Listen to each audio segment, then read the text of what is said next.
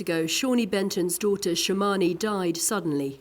Just 30 years old, she died of a pulmonary embolism a fortnight after giving birth to a baby boy. This is the only picture of them, the entire family together. So a few days before she transitioned, there was a concern about her breathing, and she felt okay the next 2 days. And then she had the emergency situation at the house where they live, and she ended up going into cardiac arrest at the house. And then we know how it ended. Within 12 hours, she was gone. Shamani was taken by first responders to the local hospital. The hospital she was in is one of those hospitals that does not get the resources and the funding put into it like other hospitals do. They did a great job with her, but it's in my mind that they didn't have what they needed. It doesn't make sense.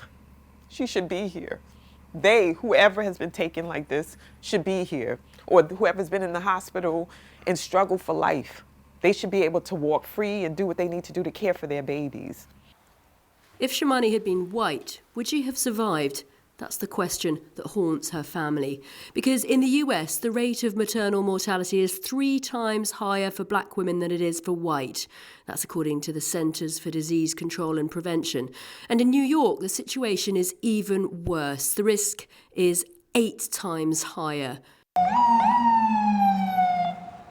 Black women of all backgrounds are affected, even those like Shamani, who are well educated and have good healthcare coverage.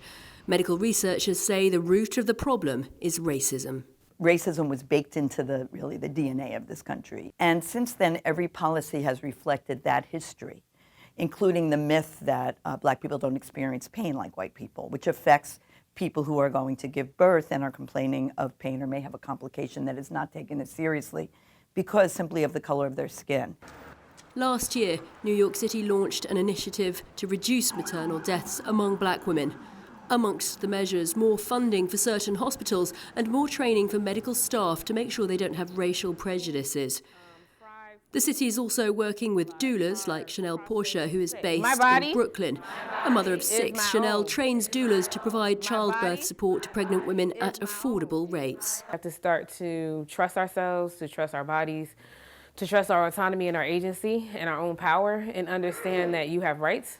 And no one can take those rights away from you. It's your body. The issue of maternal mortality among black women has been raised in the 2020 presidential campaign, with Democratic candidates Bernie Sanders, Elizabeth Warren and Joe Biden saying it's time to address the epidemic.